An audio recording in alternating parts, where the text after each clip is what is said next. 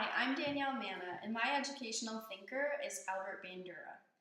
Albert Bandura is a Canadian psychologist, and he does a lot of work with childhood psychology.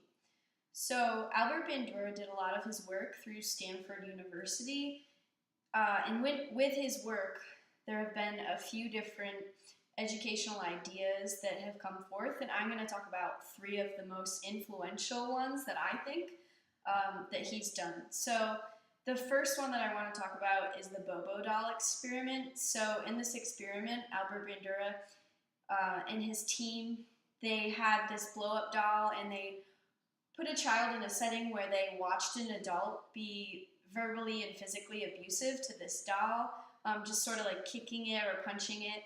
And when the child was left alone, the child was found to model the behaviors that it had witnessed. So what this kind of brought forth as an educational idea was that children, whatever they see, they have the potential to model, whether it's aggressive or non-aggressive. So a lot of these children, 90%, were found to independently choose to model the behaviors that they saw. So for education, this brings a lot of different impacts. So if you have an engaging lesson, you're likely to have engaged learners.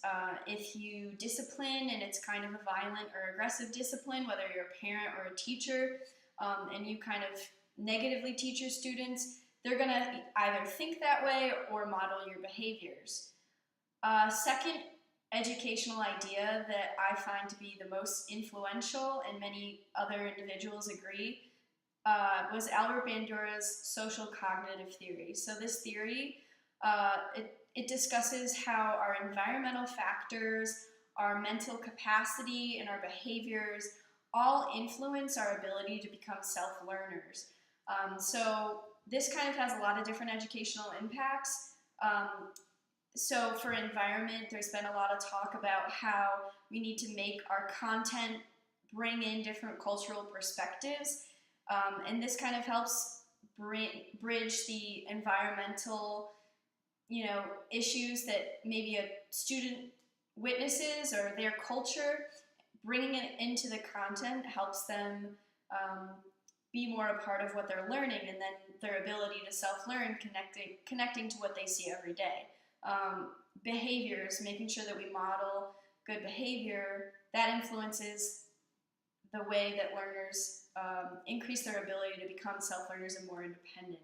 And then mental capacity, so making sure that we address diverse learners' needs in our education system. And also the development of cross-cutting concepts that introduce creativity into our content helps individuals who are a little more, have diverse learning abilities, have the potential to learn independently. The third influential idea that I think that Albert Bandura has brought to the educational world is his idea of self-efficacy. So self-efficacy discusses an individual's ability and their thoughts on their ability to achieve a goal. So self-perceptions of how you can achieve goals, and how that impacts an individual's ability to reach for their goals and accomplish their achievement levels. Albert Bandura did a lot of work with this, and it has impacts today. So you see the PBIS, Positive Behavior Intervention System, in our schools. That helps us. What we're doing now with that in the educational field is introducing a behavior management system that encourages individuals to learn positive behaviors, modeling positive behaviors in the classroom. It helps students learn that there are other ways to achieve their goals, so helping with the way that they understand consequences and work towards using positive behaviors to achieve goals. So those were my three educational ideas from Albert Bandura and the way that they impact our education. Thank you.